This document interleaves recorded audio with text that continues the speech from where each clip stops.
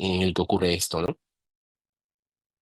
Bueno, entonces, algunas causas, aquí les traigo unas cuantas fotitos para que puedan más o menos ver, ¿no? Por ejemplo, en esta primera imagen les comentaba, ¿no? Son vasos así capilares que se agrupan y que se denominan angiodisplasias, ¿no? Lo que nosotros solemos hacer aquí es quemamos esto, ¿no? Con unos dispositivos especiales que tenemos. Igual, esta es una lesión de Delafoy, que básicamente es un solo vasito que sangra, ¿no? Imagínense, se hizo una úlcera justo en esa zona, descubrió el vaso y empezó a sangrar, ¿no? Igual es un vaso aberrante, que no debería estar ahí, ¿no? También existe algunas lesiones similares a estas angiostasis, pero que forman este patrón característico, ¿no? Ese es el famoso GAVE, ¿no? O estómago en sandía, ¿no? Tiene la forma de la cáscara de una sandía, ¿no? Y lo que hacemos también es quemar, ¿no? O sea, ustedes miren, por ejemplo, aquí cómo se quema, ¿no? Estas escaras que ustedes ven aquí es producto de nuestra intervención. O sea, nosotros quemamos esto aquí para que en un futuro vaya mejorando, ¿no? Y así vamos viendo, esta se vuelve a quemar acá, después queda así, se vuelve a quemar un poquito más, y así sucesivamente, hasta que hay una resolución, ¿no? Muchos pacientes, por ejemplo, si bien es cierto, el sangrado gastrointestinal suele ser manifiesto, es decir, suelen cursar con estos síntomas, no siempre ocurre. No hay un grupo de pacientes que tienen un sangrado gastrointestinal no manifiesto y son pacientes cuyo único hallazgo importante es anemia, muchas veces microcítica, hipocrómica, pero que con el tiempo se cronifican y pueden convertirse en normocíticas, normocrómicas, ¿no? Y se producen sin evidencia de sangrado gastrointestinal, ¿no? Pero de repente uno le pide un test inmunológico en heces para detectar sangre o el test de Tevenon. El Tevenon ya no se utiliza en realidad. Entonces, es algo desfasado usar, ¿no? El Tevenon, porque ustedes saben que tiene mucha, o bueno, poca especificidad, ¿no? Hay muchos confusores que pueden generar un Tevenon positivo, porque solamente es un examen cualitativo, ¿no? Entonces, mm, realmente el Tevenon no se usa, ¿no? Se utiliza el test inmunológico, ¿no? Que detecta antígenos específicos de la hemoglobina humana, ¿no?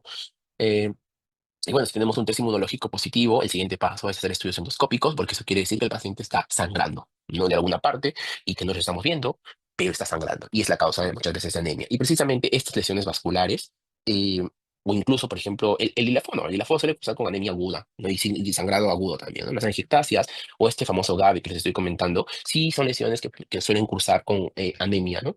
Porque sangran de a pocos, no sangra de forma brusca. Algunas veces sí y algunas veces no, ¿no? Pero son una de las causas que podría producir anemia, ¿no? El famoso Mallory Weiss, que se produce por acá, ¿no? Son erosiones que se producen en el esófago o en el estómago proximal, ¿no? Eh, eh, Algunas otras causas que, bueno, tampoco tienen lesiones mencionables son eh, las lesiones de Cameron. Las lesiones de Cameron son también unas erosiones que se visualizan en el estómago principalmente, ¿no? Y a diferencia del síndrome de Mallory-Weiss, esto se produce más bien por la compresión de una hernia, ¿no? Ustedes ven más o menos, o sea, ven aquí la hernia, perdón, o sea, ven que la hernia está eh, y que la zona del estómago está prácticamente comprimida, ¿no? Entonces, esa zona que está comprimida es la que suele cursar con erosiones que se producen en la mucosa, ¿no? Generalmente son hernias grandes, ¿no? Y pueden cursar también pues, con los síntomas propios de la hernia, ¿no? Erge, dolor abdominal, eh, etcétera, ¿no? Y bueno, por último, también algunas veces se producen, ¿saben? Que fístulas, ¿no? Entre la aorta, por ejemplo, y el intestino delgado y produce un sangrado que los pacientes cursan con hematemesis, melena, ¿no? Generalmente, por ejemplo, en enfermedades inflamatorias intestinales o en pacientes que hayan tenido una úlcera importante y que justo de mala suerte estaba cerca de un vaso sanguíneo, ¿no? Profunda, me refiero, una úlcera profunda, ¿no? Y bueno, existe la famosa clasificación de Forrest, ¿no? La clasificación de Forrest es sumamente utilizada en el campo gastroenterológico porque nos permite predecir el riesgo de sangrado. O sea, la clasificación de Forrest no solamente es decir, o no solamente nos sirve para decir, para que nosotros nos entendamos y si decimos Forrest lo sé, ya sé qué tipo de úlcera se refiere, ¿no? Cómo son las características que tiene. No, no solamente nos sirve para describir la úlcera, sino para valorar el riesgo de sangrado. Y es la utilidad más importante. Porque en base a eso es que podemos dar de alta al paciente, es que podemos decir de que ya puede comer, no puede comer todavía, porque obviamente las úlceras bueno, para empezar, que la clasificación de Forrest solamente se utiliza para úlceras, ¿no? Úlceras gástricas, no para úlceras duodenales, ¿ah? Y la clasificación de Forrest es para úlceras gástricas eh, y básicamente se caracterizan, o bueno, hay, vamos a decirlo así, tres tipos, ¿no? El Forrest tipo A, que es un sangrado evidente, ese sangrado que está en jet, y el Forres 1B, que es también el sangrado, pero que es un sangrado INAPA, ¿no? Entonces, el primer grupo es el Forres 1A y 1B. Ambos están sangrando, solamente que uno en caño, a chorro, y el otro en un sangrado variante, en napa, le decimos nosotros, ¿no? Y obviamente la posibilidad de que resangren estas úlceras es alta, ¿no? Hasta uno de cada dos pacientes va a resangrar en menos de 72 horas probablemente, ¿no? Muchas veces el manejo suele ser, nosotros colocamos a veces clips, ¿no? Así como que unas grapitas, imagínense, para poder cerrar estos vasitos que están sangrando, o a veces los quemamos también, ¿no? Para que dejen de sangrar.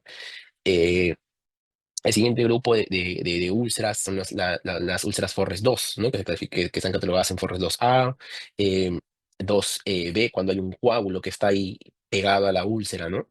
Y la Forres 2C, que constituye básicamente una mancha, ¿no? Una mancha que está plana, ¿no? Pero que puede tener un contenido de fibrina sucia muchas veces, ¿no? Es decir, aquí hay puntos de matina, le decimos nosotros, ¿no? Puntos negritos, por ejemplo, ¿no? Fibrina sucia, matina, o una mancha plana constituyen lo que es un Forres 2C. Entonces, en el Forres 2A hay un vasito que se ve acá, ¿no? Imagínense que ese es un vaso sanguíneo, así como vemos en el de la Ajua, en el medio de la úlcera hay un vasito que está ahí, que era el que estaba sangrando, ¿no? Pero ya no se ve que esté sangrando en este momento. Entonces, eso, cuando ya no hay sangrado, deja de ser un Forres 1 y pasa a ser un Forres 2. Si es que encontramos el vaso, es un Forres 2A. A veces cuando encontramos un Forres 2B, es decir, cuando encontramos este coagulito, algo que también nosotros tenemos mucho en consideración es que cuando encontramos un coágulo tenemos que removerlo, ¿no? Tenemos que quitarlo para saber qué hay debajo de ese coágulo, ¿no? Imagínense que lo saquemos y empieza a sangrar así como en Forres 1A, deja de ser un Forres 2B y se convierte en un Forres 1A, ¿no? O sea, es dinámico, quiero decirles, ¿ya? Entonces siempre tenemos que quitar este coágulo para ver qué hay debajo de aquí, si es que hay un vaso, si es que vuelve a sangrar, qué sé yo. Y por último tenemos el Forest tipo 3, ¿no? Que es una úlcera prácticamente en fase de cicatrización, ¿no?